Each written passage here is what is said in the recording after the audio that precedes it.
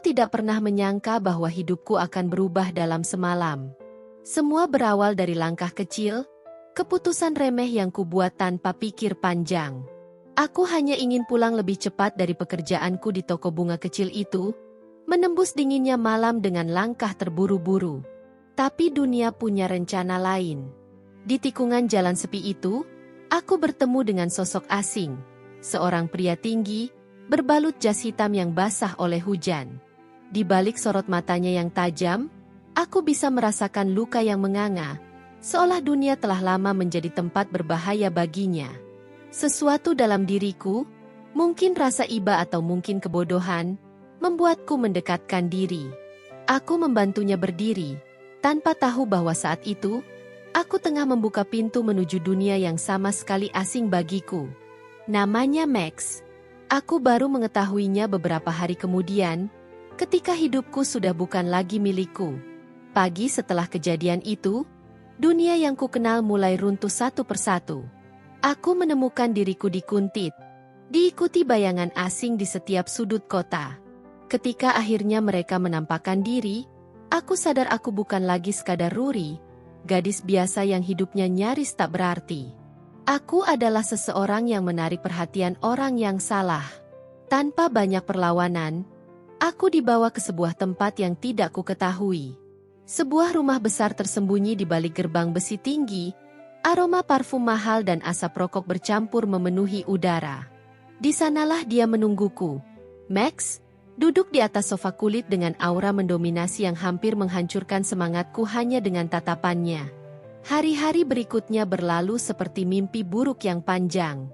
Max memperlakukanku seperti miliknya.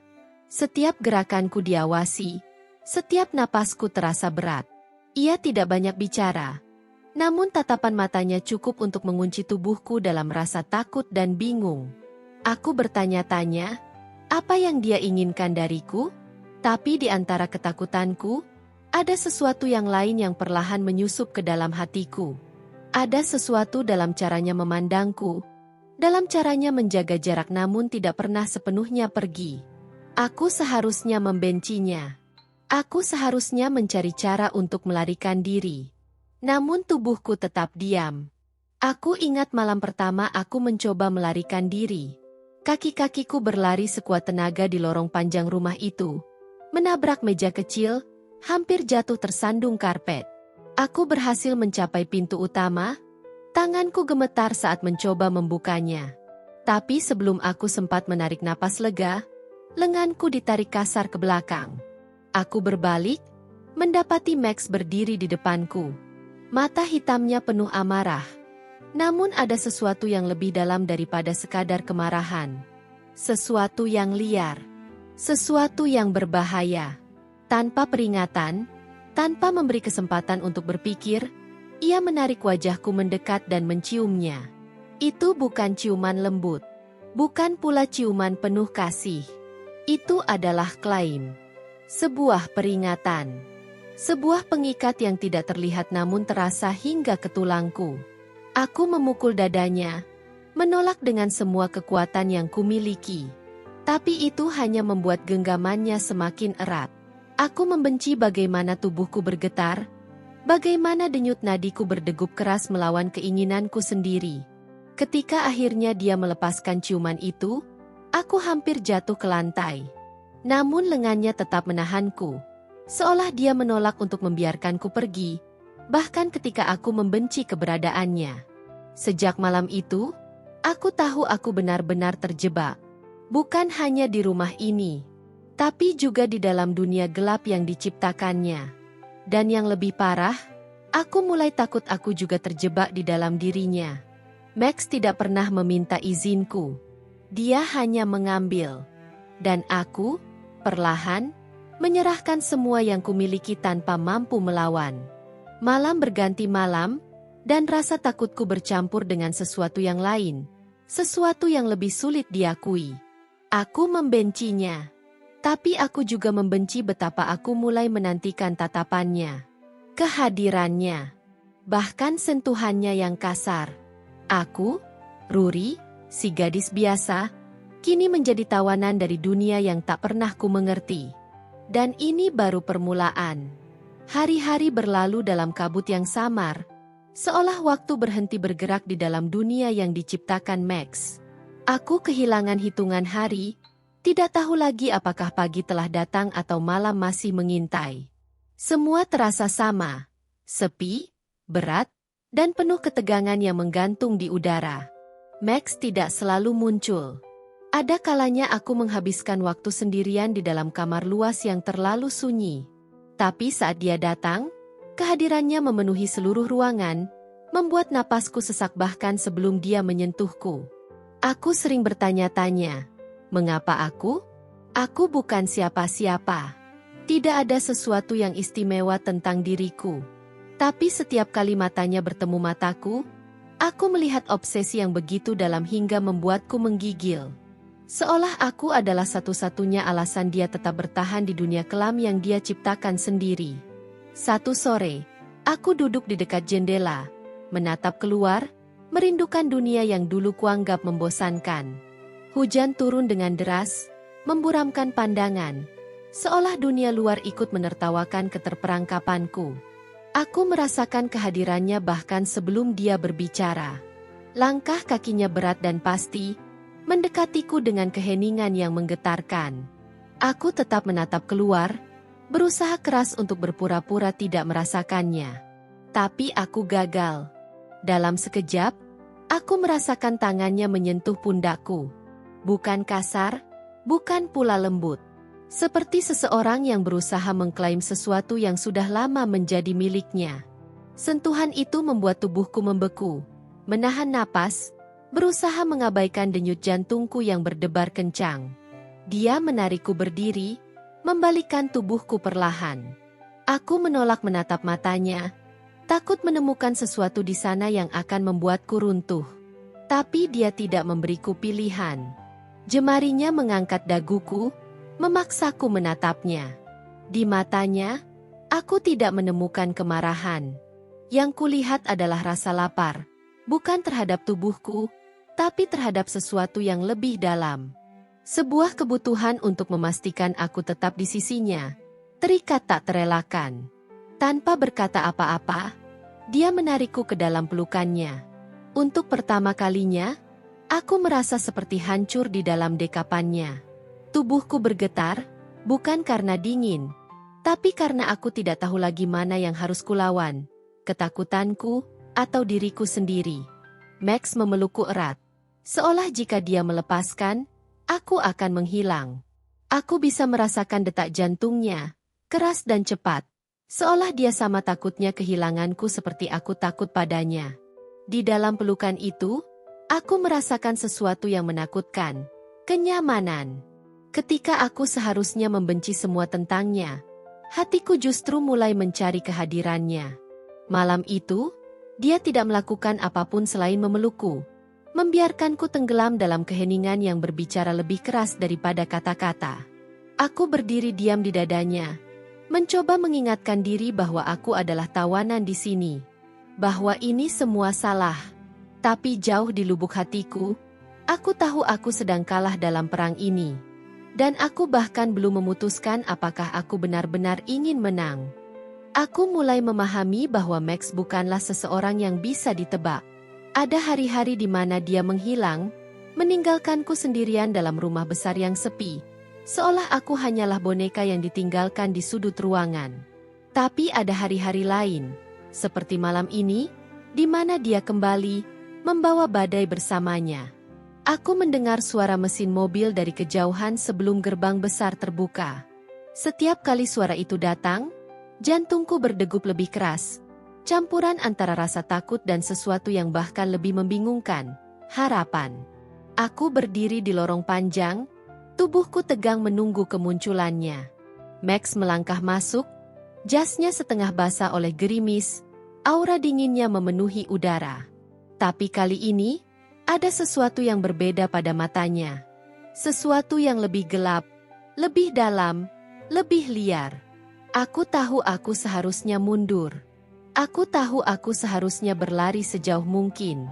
Tapi kakiku tertancap di lantai, terlalu terpaku oleh tatapannya untuk bergerak. Dia berjalan mendekat tanpa suara. Hanya butuh beberapa langkah sebelum jarak di antara kami menghilang sepenuhnya. Aku bisa merasakan panas tubuhnya. Bisa mencium aroma samar rokok dan parfum mahal yang melekat padanya. Sebelum aku bisa menarik napas, dia mengangkatku, menggendongku begitu saja, seolah aku seringan bulu.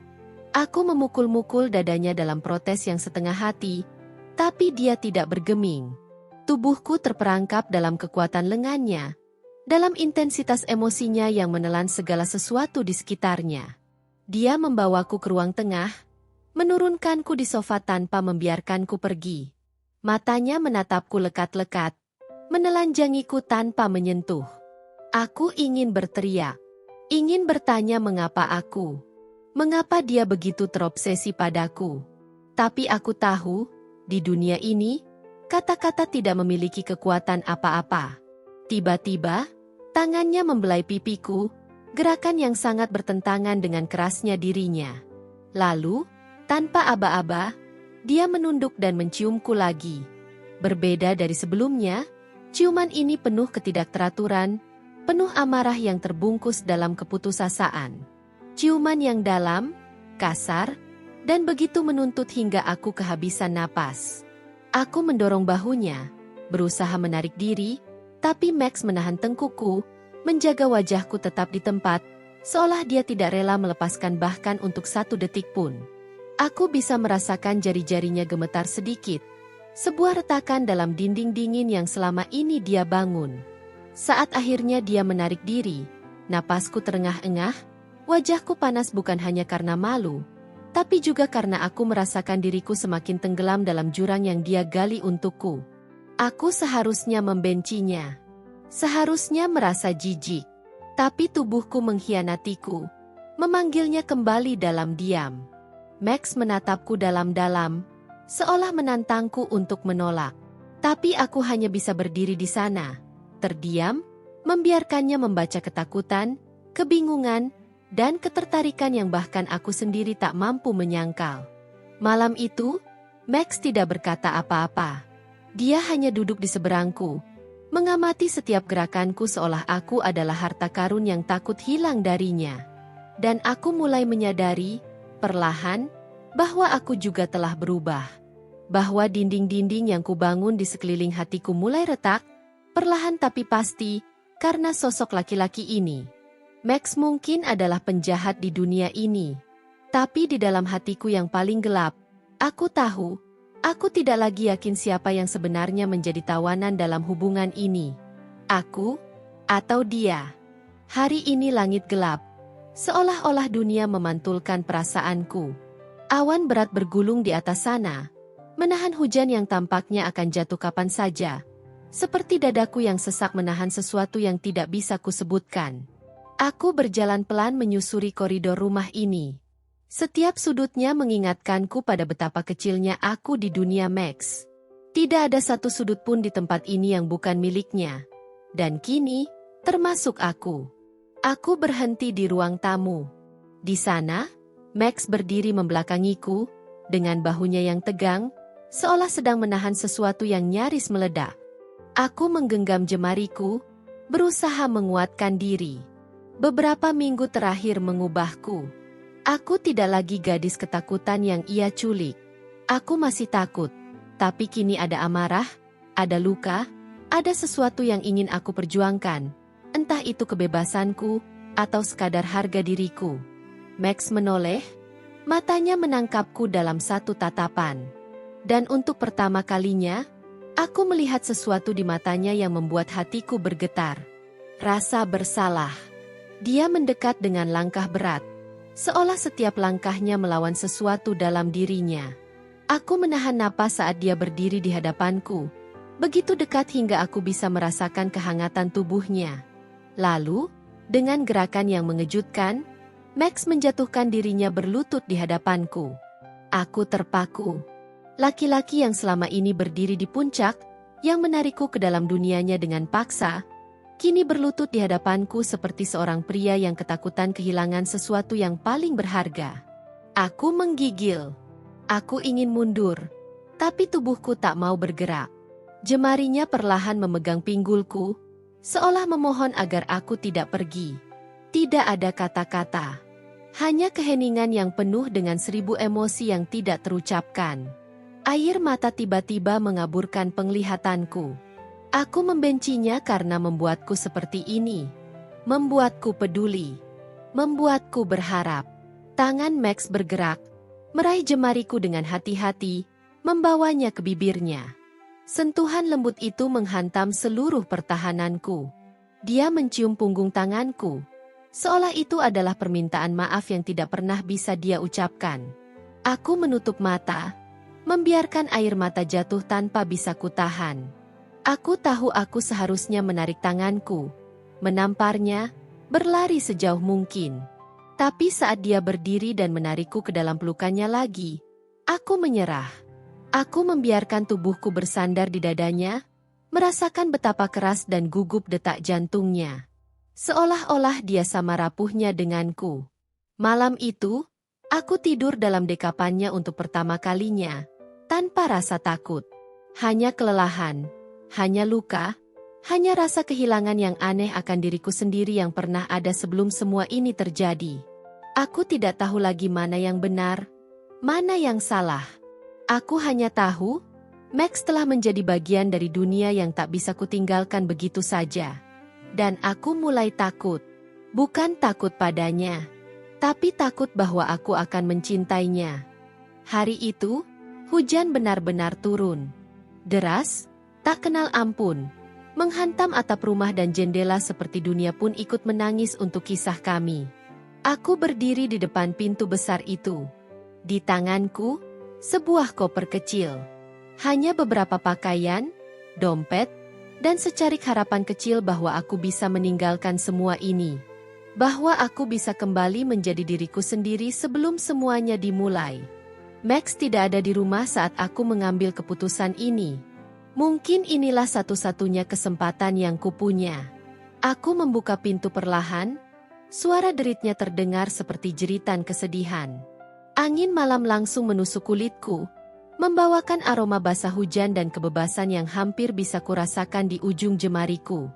Tapi langkahku terhenti. Max berdiri di bawah hujan. Tubuhnya basah kuyup, jas hitamnya melekat pada tubuhnya.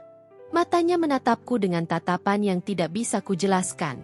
Campuran antara kehancuran, keputusasaan, dan kemarahan yang nyaris membuatku tidak bisa bernapas. Aku melihatnya berjalan cepat mendekat, tanpa peduli pada hujan yang semakin menggila. Tubuhku mematung. Aku tahu aku harus berlari, tapi aku tidak bisa. Kakinya membekukan aku, seperti tatapannya yang mengunci jiwaku. Max berhenti tepat di depanku. Wajahnya keras, rahangnya mengatup, tapi matanya penuh luka.